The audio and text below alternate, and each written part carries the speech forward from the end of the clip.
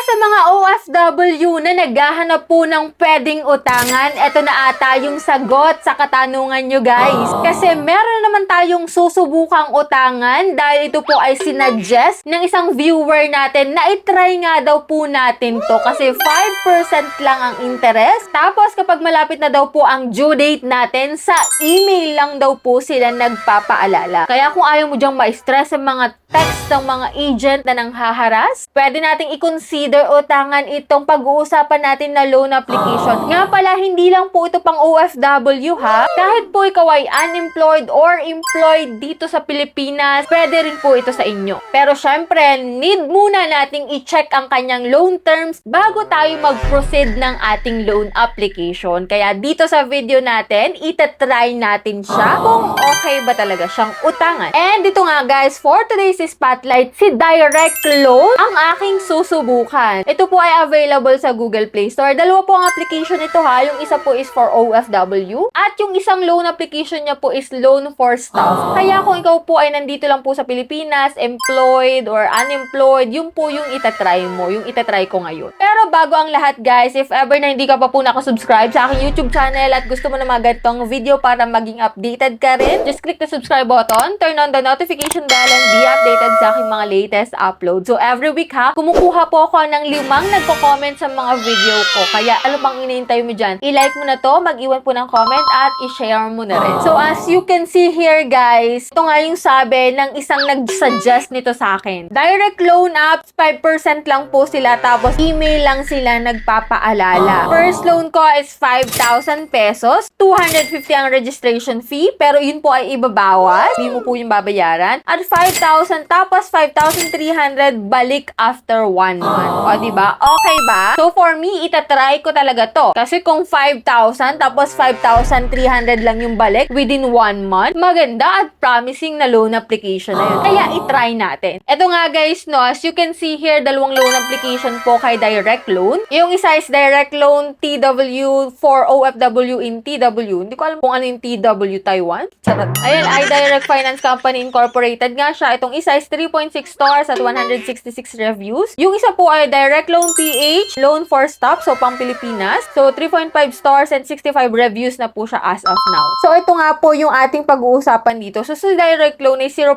interest for new users. And as you can see here, siya po ay save more with daily interest. May low daily interest nga daw po siya. Easier repayment, wage withholding more convenient, and lighting approval. Mabilis ma-approve. Get approved by system as fast as 1 minute lamang. So, easy application, upload ka lang ng ID mo, and yan, SEC license daw po ito, and secure and no hidden fees daw po sila. So, let's see guys. As you can see here, Direct Loan borrow up to 40,000 pesos. So, may KYC na need nating fill upan. But before that, syempre maglalagin tayo using our PH number. Kaya kung ikaw po ay OFW, yung isa po yung iyong gagamitin. Kaya kung ikaw po ay nagtatrabaho dito lang sa Pinas, or unemployed ka, or kahit ano pa mang status mo, dito ka po mag-a-apply sa Loan for Stop ng Direct Loan. So, yan, get code tayo. Then, may pattern tayo dito, guys. And ito, check it natin yan. At ito nga, personal information yung una nating fill upan. As you can see here, need mong maglagay dito ng Facebook link mo. And dito, guys, sa contact references, 2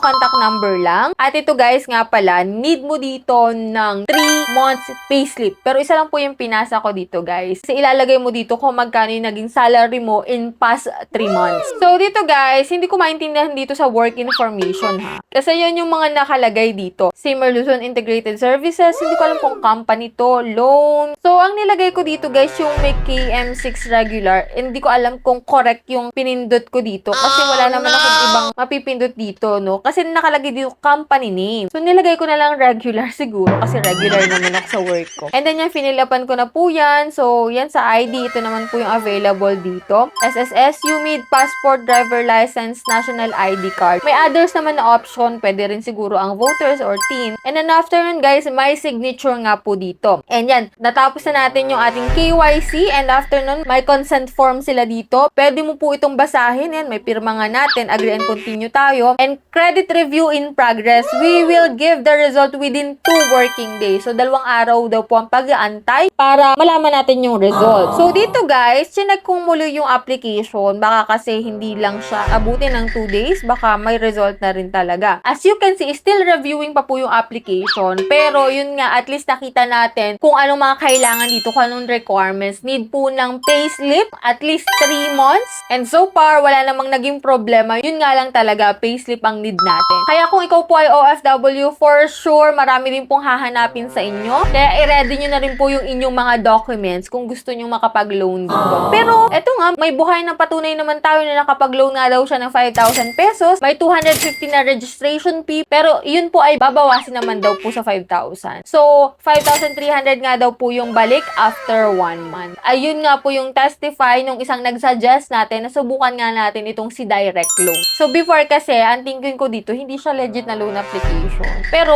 yun nga, nakita ko na meron nga po na nag-suggest, taga-Qatar nga siya guys, OFW sa Qatar. At, yun nga, subukan nga daw itong si Direct Loan. So, pwede po siya for Philippines and pwede po siya sa mga OFW. Kung kayo po ay nakapag-try ng umutang dito at kung meron kayong complain about kay Direct Loan, i-share nyo po dyan sa comment section para ma-aware po yung mga bago pa lang magte-try. If ever na may katanungan naman kayo, huwag kayong mahiyang magtanong dyan sa comment section. And for those na hindi pa po nakasubscribe dyan sa aking YouTube channel, ayan, click nyo po yung subscribe button, turn on the notification bell, and be updated sa aking mga latest upload. So dito guys, balkan ko kayo after 2 days kung na-approve yung ating loan application or not. So i-mention ko na lang po dyan sa comment section if okay yung aking application. And that's it. Yan lang po muna yung vlog natin for today. And see you on my next video po.